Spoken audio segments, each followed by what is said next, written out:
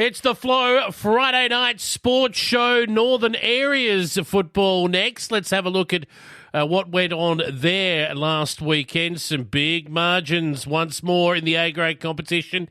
And Graham Spud McKay joins us on the line to go through it. Spud, how are you, mate? Yeah, good, Jace. Yeah, there certainly were some big margins there last Saturday. Yes, there was. And look, we might start at Jamestown, where the biggest margin of the weekend in the end saw the losing team here score the biggest score of any of the losing teams of the weekend. It was bizarre.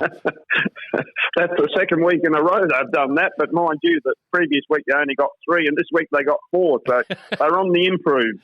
They are, and it was Crystal Brook, too good, mate, 25-23, 173. Jamestown Peterborough, 4-6-30, 10 scoring shots. The positive for Jamestown Peterborough, obviously 48 scoring shots against probably the negative, Spud. Yeah, look, I saw this game, and it might have just been my observation, but very early in that first quarter, Crystal Brook, they'd been beaten by a fairly big margin the previous week against Orroroo, and they sort of entered this match a little bit hesitant, but it didn't take them long to sort of find their feet. And once they made a couple of forays into their forward line, they soon managed to get their system working, and it worked very well with Daniel Hill up forward, along with Darren Shillabeer, and they were their two key forwards that kicked the goals for them. But it was their on-ballers in Luke Capitola and Joel Millard that were provided the forwards with that opportunity. So they did a good job there. Ethan Palmer was good in the ruck too, even though he didn't finish in their best players. But what I will say about Jamestown Peterborough is that they are hanging in there, and they scored a couple of goals in the last quarter.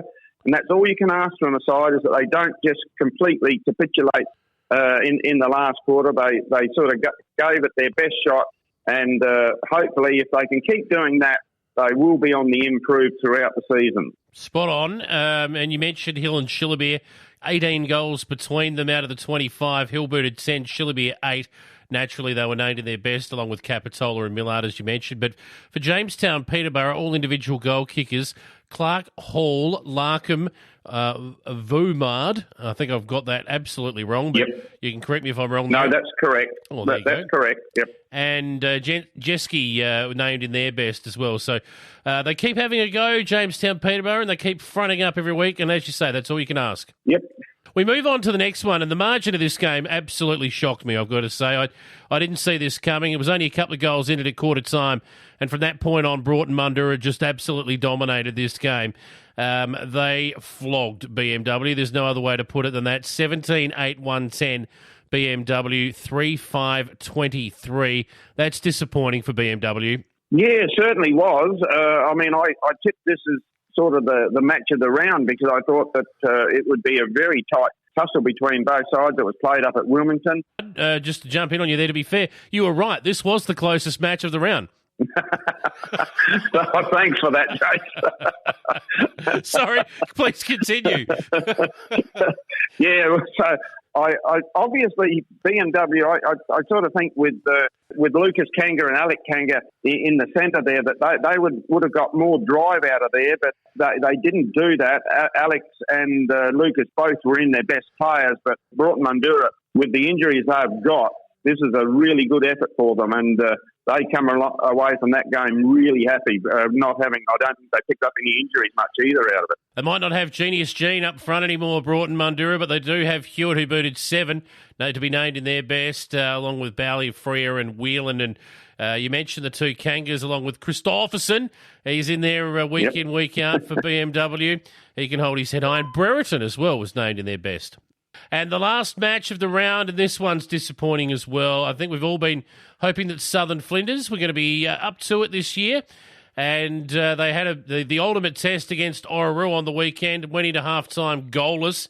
They would only kick 1 goal for the day, and it brings out that old adage, Southern Flinders went into this game with 1 goal in mind, and they got it. Orroroo, 16-6-102. Gee whiz. Yeah, look, Southern Flinders, I'm not sure, but I reckon they've had 4 quarters in the last 2 weeks where they haven't scored a goal. And out of 4 out of the 8 quarters, they haven't scored a goal. Now, they haven't really been able to put enough goals on the board, even though they beat Jamestown Peterborough in the first match. That they've sort of seemed to not quite up to it since then, unfortunately. Mind you, Orroroo are the pace setters, and that's what all the other clubs have to do is get up to that. And they are really forging ahead now, and so everybody's going to have to try and match the standard that Orroroo's setting. Exactly right. A Bo Man up front was as straight as an arrow 5 times. He was named in their best as well. Nicholas Lee Del Menico and Shoot named in their best. And for Southern Flinders, well, their coach is trying hard, Nick Pearce. He's in the best players again, along with Mellington, Kay, and I think that's Hennessy as well. So they've got a few guys that keep trying every week, but you're right, they just can't score at the moment, Southern Flinders. No, they need to be able to sort of get some goals on the board. If you get goals on the board, then you'll start to get a bit of confidence. But they will be really up against it, I think, until they can sort of do that. All right, let's see if we can find a close game in round 5. I'm not sure that we're going to get them, but we're going to have a go. I reckon we've got a couple that might not be as close as we would like. First of all, Broughton Mundura will take on your Jamestown Peterborough at Port Broughton. Your boys will keep having a go. Let's hope they kick a decent score. I'm sure they'll have a go at that, but you'd think Broughton Mundura will kick plenty more. Boy, oh boy, what a trip, eh? It's a great place down there at Broughton. Playing on that oval, it's always very balmy down there. We can have a frost up here in the morning and you get down there and you don't need your jumper on. So you mentioned William Hewitt there. He scored a heap of goals last week for them. He actually is a brother to George, who plays for the Sydney Swans, and a pretty handy footballer to go with it. And the 2 Bowley boys, Kane and Mitchell, Kane in the centre, Mitchell coming off a half-back flank and can have a run on the ball too. Tommy Whelan at centre half-back, but he's been in top form all around, so he's going to make it really hard for Jamestown Peterborough. Jamestown Peterborough on the other way, Matt White will return after 1 week off with concussion. Henry Hall was really good there last week for them, but they will, I think, really find this hard. And Broughton Mundura will win fairly easily, I think. I think you're right. Orroroo should as well at home. They're taking on BMW, who need to show something. We need to see something out of these guys. 3rd best percentage in the competition at the moment, sitting 5th on the ladder with just the 1 win. That tells the story. They need to improve and quickly. Yes, that's right. Nick McCullum didn't figure in the goals there last week, but he is the one that can kick the goals for them if they can get it down to him.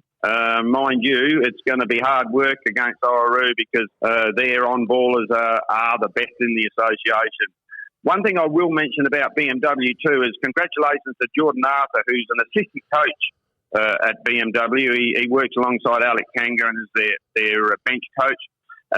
He played 300 games for BMW last week, I reckon. He's been a great club man for them. Probably played 70 or 80 games down with North Adelaide and the Amateur League there at some stage too. So well done to Jordan Arthur. All right, and we go to the final match of the round, which should be a reasonably close contest. These 2 sides, 3rd and 4th on the ladder. It's at Crystal Brook. The Chooks at home against Southern Flinders. And, Crystal Brook showed they could kick a score last week. Now, can Southern Flinders?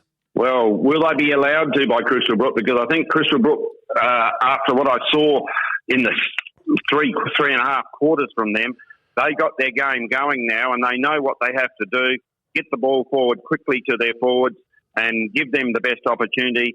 So I'm sure that their midfield will be working hard. Southern Flinders, on the other hand, Nick Pearce has been good in the ruck for them. Their coach, he's been good all season. Scotty Galbraith in the centre or on ball, he gives them plenty of drive out of there. So if that pairing can get the going, they then can get the ball forward. But I struggle to find somebody that's going to be able to kick enough goals for them up there. Maybe Scott Coombe can perhaps get a bagful for them, but that'll be their only option. But I reckon Crystal Brook will win this and. Probably, won't be as big a margin as the other 2 games, but they will win reasonably easily. Tend to agree with you. Spud, we were talking before we got into the previews, obviously the review of last week's matches, and the three losing sides but combined only kicked 7 goals for the day, and it's not an uncommon issue that we've seen this year in Northern Areas footy. Have you got a theory or any sort of an idea as to why it is? And I know there's a big gulf in class and experience between the top sides in this competition and some of the bottom sides, but there's got to be another reason why we get such low scores from losing teams in this comp. Yes, Jace. Look, footy has changed drastically over the last couple of years. Since they brought in this 6-6-6, where you must start with 6 in your forward line, 6 in the center, across the centre, and 6 in the back line. And what that does is it prevents you from putting players behind the ball, and it means then that the teams with the best on-ballers, e.g. Orroroo, Broughton, Mundura, have a huge advantage there, because if they win it out the centre, most times it's going to be a one-on-one contest when the ball goes forward, and that gives you then, like Daniel Hill, Darren Shillabeer, that last week, they just were able to do as they wanted to, because it was coming in just in a one-on-one contest, and those players then dominate. So I think that's probably hindered the footy out here a little bit in the country. Mind you, it's a good learning curve for some of the younger players, in that you then have to work hard once your ball is bounced. Then you've got to work hard to be able to get back and assist your other backline players to try and give numbers there, and just hope that somebody can bring the ball to ground, and then with numbers you can get it out of there. But I just see that sometimes that isn't happening. So that's just my theory on why we're getting those scores. I mean, it's obviously a lot different to back when we were playing, but it's certainly good to see big scores. But I don't think it does anybody a lot of good by losing by that margin. I think you need to sort of be able to kick, 6 to 8 goals in a match, even if that's a losing score. That then gives you some hope for the following week. Oh, I'd agree with you, Spud. Once upon a time, we used to see the big scores. It might be 30 goals to 10. A team might get beaten by 100 points, but they'd still kick 10 goals. At the moment, we're just not seeing that. We're not even seeing the really big cricket scores from teams that are winning, other than, of course, No. We haven't seen a 30 or a 35 or a 40 or anything like that. So, interesting thoughts. Good stuff, Spud. Good chatting about that, mate. I don't. There's probably a lot of people who disagree, but it's just something that I've sort of come up with, and it's not going to help our like Jamestown Peterborough, not going to help them very much. But all you can do as a coach, and I mean, I probably shouldn't say this, but I coached a junior side many years ago now, and we started off struggling. We probably only kicked a goal every couple of matches, and we went out of the first season without winning a game.